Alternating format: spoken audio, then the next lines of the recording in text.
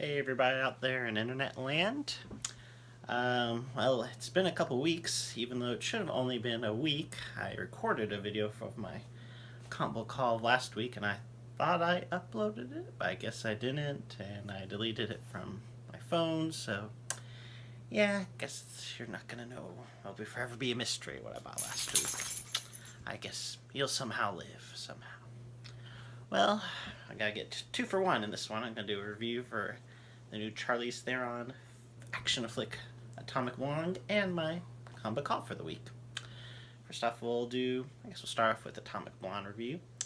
I was pretty excited for this movie. The trailers were very interesting trailers, very cool looking trailers, stylized. I love the John Wick films. This looks like it has from one of the same directors of the first movie, I believe. And for John Wick's duo directors, and I know for the second one they lost one of the directors. They went off to do other things, so I assume this is from the one that did do two. Who knows? Anyways, so I was pretty excited for this movie based on the cool trailers, the pedigree of the director, Charlize Theron, of course, attractive actress, and all that. And I have to say, I didn't dislike the movie, but I was on the kind of disappointed as well. It's a spy movie, and it's a spy movie in every sense of the convoluted word of a spy movie. Don't know who's on whose side 90% of the time, and 20 different plot threads, and you're like, I don't know what's going on for a lot of this movie. And then for a big portion of the movie, it also had the cardinal sin of showing you too much in the trailers. The action scenes that did happen, there was pretty good stretch of time without action, and they finally action scenes did happen. There was pretty much all shown in the trailer, so I was getting pretty bored throughout the movie. But near the end, when you have one incredible action scene, it's awesome. It's like 15 minutes, 20 minutes non-stop, and it's really, really good. But kind of reminds me of the Holloway scenes from Daredevil, the stairwell scene from Daredevil season 2. But yeah, it was a really good action scene near the end that made up for most of the rest of the movie. And the actress, I can't remember her name, the actress from them, who plays the Mummy in Tom Cruise's new Mummy movie, and she's also played the knife-legged assistant to Samuel Jackson in Kingsman 1. She was in this as well. She's very good. John Goodman. John Goodman's always good to see him. And James McAvoy. I didn't like his character as much as I thought I would from the trailer. I don't know. I'm going back and forth between a 2 out of 5 and a 3 out of 5. I'll probably go 2 out of 5. I don't. Outside of the 20 minutes or so in the movie that were really exceptional, for the most part, I was just bored with the movie, so I can't really say I recommend it. And if it's on Netflix, there's worse ways to spend 2 hours, but yeah. Anyways, now we'll move on to the comic book portion of our little video. First up, Superman 28. Now, this one actually, the first two of these comics I actually have read or kind of read in this one. This is one I got for my friend, and I kind of skimmed through it because the last issue was this big public service announcement. Superman and his family are going on a road trip, and it's just a big, I don't know, it's going through Americana in the past, and it's just, he's teaching his son all these lessons, no action, no superheroics, it's just heavy. I mean, it's fine having a message, but this is just heavy-handed, just message, and it just doesn't even seem realistic. It's just like, the more you know. Like, come on. So yeah, I can't recommend that book. I look forward. I'm pretty sure they're done with this public service announcement storyline, and back to a normal comic next month, hopefully. Next up, we have, what do they call this? Generations? It's the Strongest Generations, #1. Marvel's doing a whole, I think it's 12-issue weekly series where it's going to have their current version of their characters and the classic version of the characters meeting up. which is, in some cases, like Hulk here, they've never, the Totally Awesome Hulk absorbed the powers of the regular Hulk. This is their crossover, so they've never actually interacted before. Hulk, regular Hulk, Bruce Banner Hulk, had lost his powers as soon as Totally Awesome became Hulk. So this is a time traveling thing. They don't really explain how the time traveling happened. Just Totally Awesome Hulk wakes up in the past when Hulk's on a rampage, and I was excited to read this comic just because it's been so long since there's been a Bruce Banner Hulk comic book out in stores.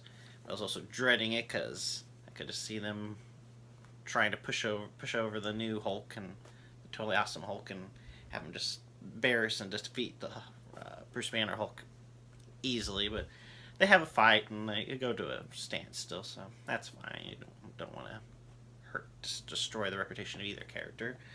And then I thought then the story went on a little bit longer, and like Totally Awesome Hulk, Amos Chow was giving all this advice to Banner and making him almost seem like he had no idea what was going on when he was Hulk. So I was like, but then by the end, the Totally Awesome Hulk actually learns from Bruce Banner.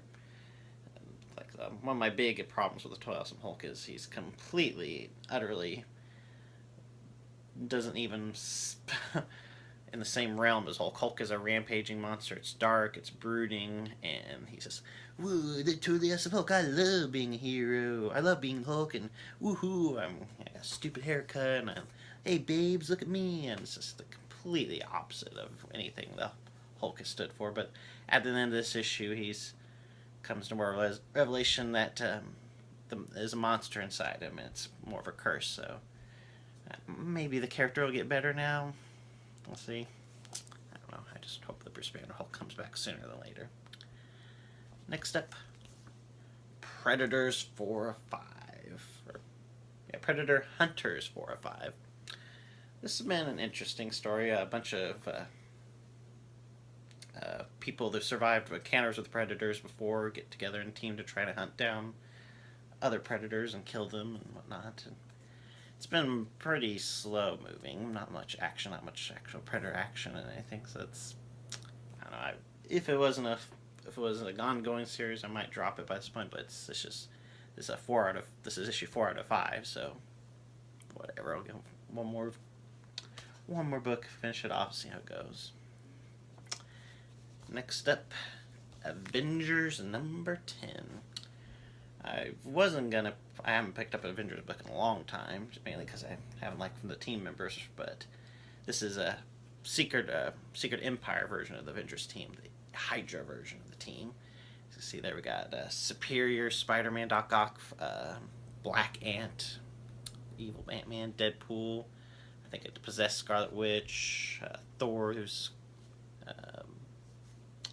who thinks he's still following Captain America even though he's evil, Taskmaster. So I was just thumbing through it for a second, and I love Deadpool. I love the Black Ant character back from when he was in Irredeemable Ant-Man and Deadpool, of course. So, and it looked like it was a one-off story. So I'll give it a try.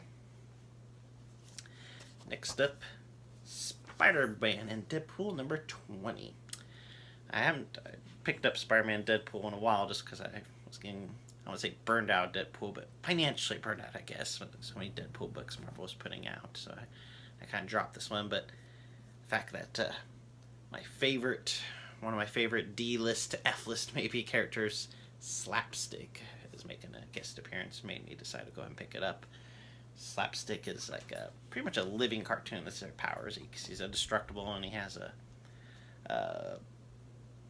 cosmic pocket. As you know, the cartoons always bring out these giant mouths or whatever, so that's why they explain he could just bring out anything from his pocket. And so I don't know, I like that character. So at least he's very rarely in comic books anymore. And so get this one by.